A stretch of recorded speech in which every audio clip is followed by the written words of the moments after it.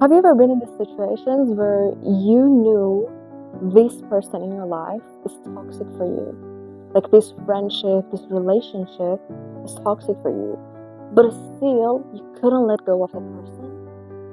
You know, that's crazy, but it's not just you. There's so many people in this world that go through it, and there's so many reasons for that.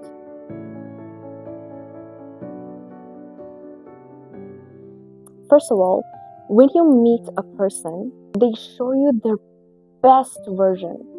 They show you the parts they want you to see, and they hide the ones that they don't want you to see. So, in the first sight, when you meet someone, you see so many faces on them, not the real person.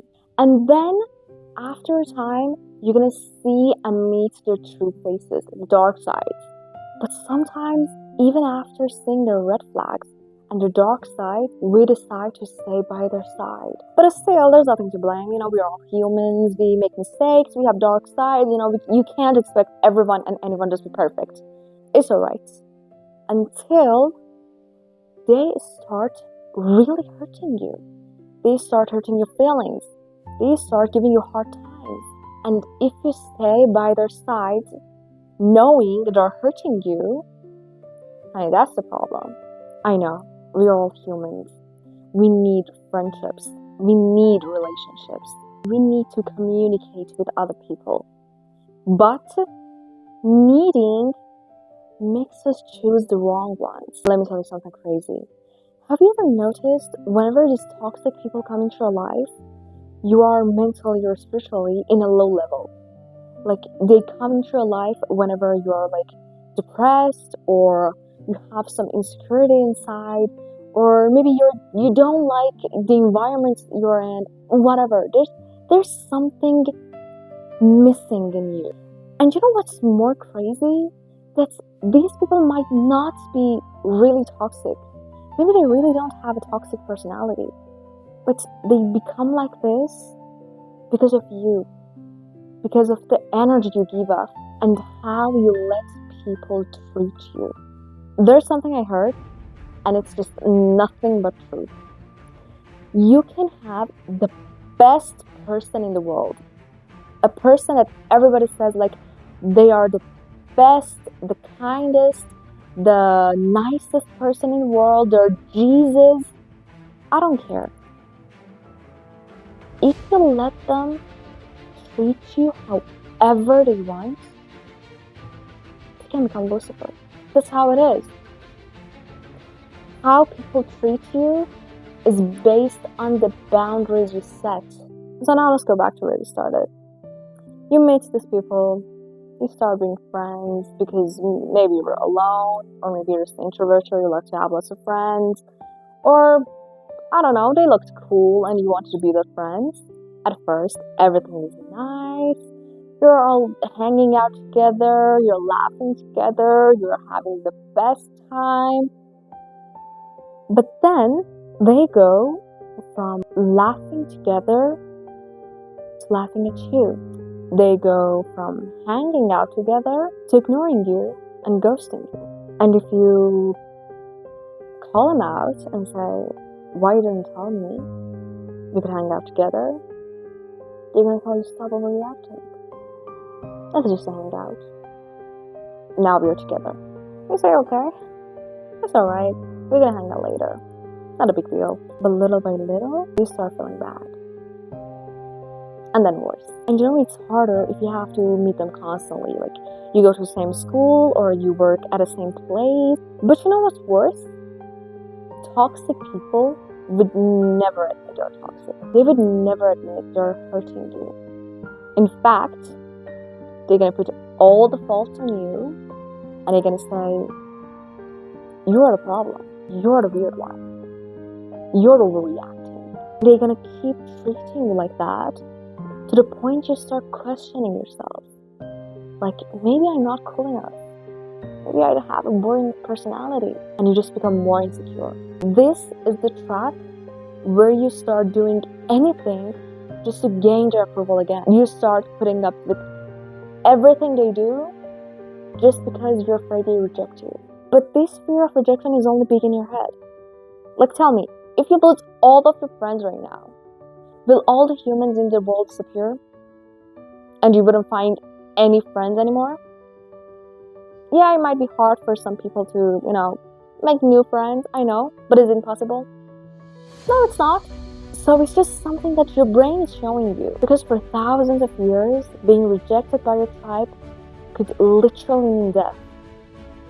Our brains still react to social rejection as something deeply threatening. But now the threat is completely different. Sometimes we stay where we're not respected just because it feels much safer than being alone. Now let me ask you this. What if you're not scared of being alone? What if you're scared of what being alone says about you? Listen, I get it. Especially now that people make videos online of what you shouldn't be friends with that one person who is alone all the time. But all of it is because humans need belonging. We naturally seek connections because throughout evolution, being part of a group increase their chances of survival. But our brains treat losing a connection a bigger threat than staying in a healthy one. That's why people tolerate disrespect, manipulation, one-sided friendships. So whenever you see someone is in your life but they're giving you bad feelings, they're giving you hard times, or hurting you, don't be scared to cut them off. What you have to be scared of is keeping these people in your life and keep letting them and allowing them to treat you however they want. I know cutting off people have different stages. Like, it's so much easier to cut off a person online than cut off a person who's in your work or at your school. I really don't want to say that cutting off them is the only solution, but it is. You can't just force yourself to tolerate these people. Back in high school, I had a friend. She was in auto school, and she used to tell me that there's a group of friends that they used to bother her and giving her a hard time, but she still refused to change her school. I used to tell her, just change your school. Why are you being in there? Aren't they hurting you? And she used to tell me like, I don't want to change it just because I'm scared of them. I don't want them to feel I'm scared of them. But you know what? Last year, she ended up changing her school. And when I talked to her, she used to say, I really regretted I didn't change my school sooner. That really mentally costed her. People are not going to change.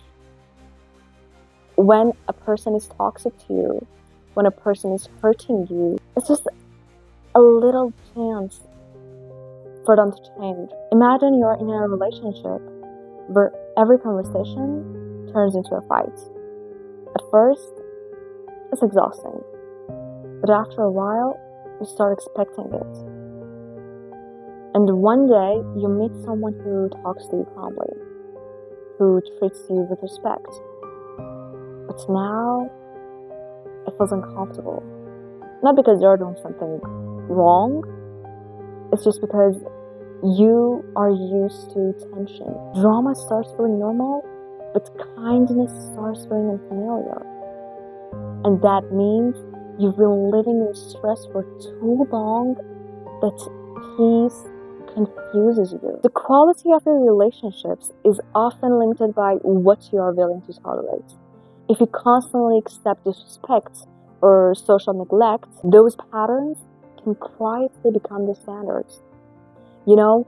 Healthy relationships begin when you finally decide that your peace, boundaries, and self-respect matters enough to protect them. One day, you'll have two choices: to stay somewhere you're slowly disappearing, or leave and spend some time alone. Being alone isn't failure.